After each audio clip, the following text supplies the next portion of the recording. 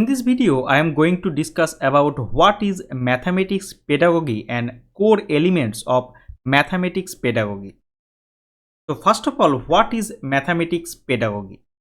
Mathematics pedagogy deals with the strategies and methods used to teach mathematics concept in an effective way.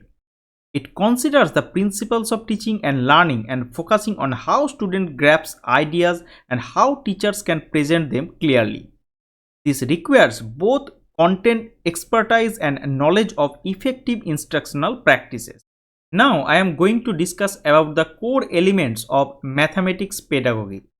First of all, content knowledge and pedagogical content knowledge, which mean processing a deep understanding of mathematical concept and knowing how to present them effectively to different learners.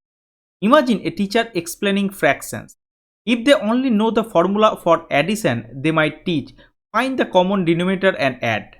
But a teacher with strong content knowledge understands why that works, and with pedagogical content knowledge, they can explain it in different ways using pizzas, measuring cups or number lines depending on what clicks for the learner.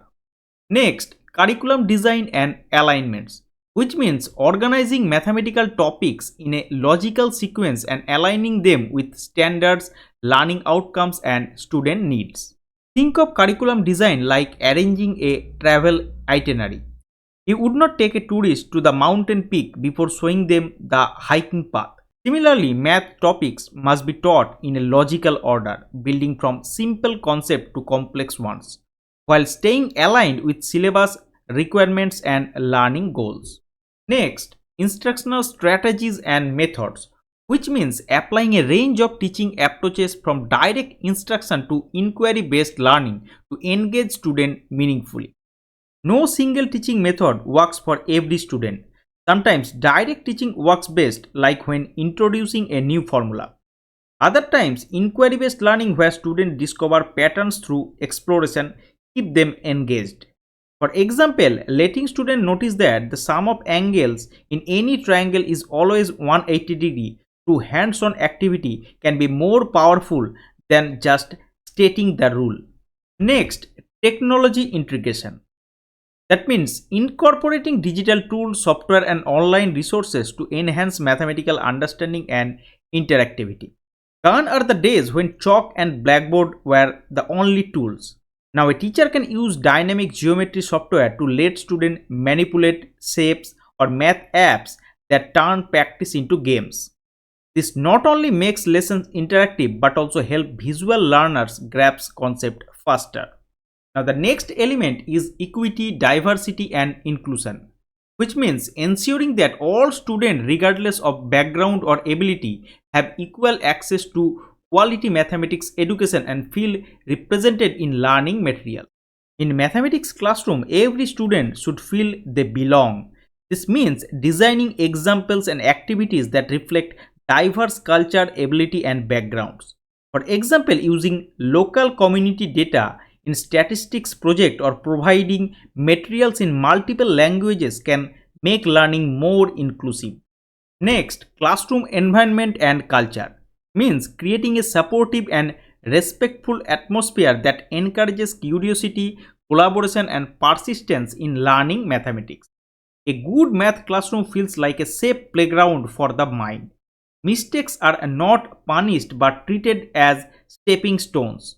Students are encouraged to share their reasoning, work in teams, and respect different viewpoints. This culture of trust makes them more willing to take risks and explore. Lesson planning and instructional design, that is, structuring lessons with clear objectives, engaging activities, and logical progression to maximize learning. A well-planned lesson is like a well-cooked meal, balanced and satisfying. It starts with clear objectives, moves through engaging activities and ends with a recap or reflection.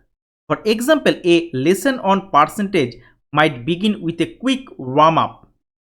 Then use a real-life scenario like shopping, discount followed by a short quiz to reinforce learning.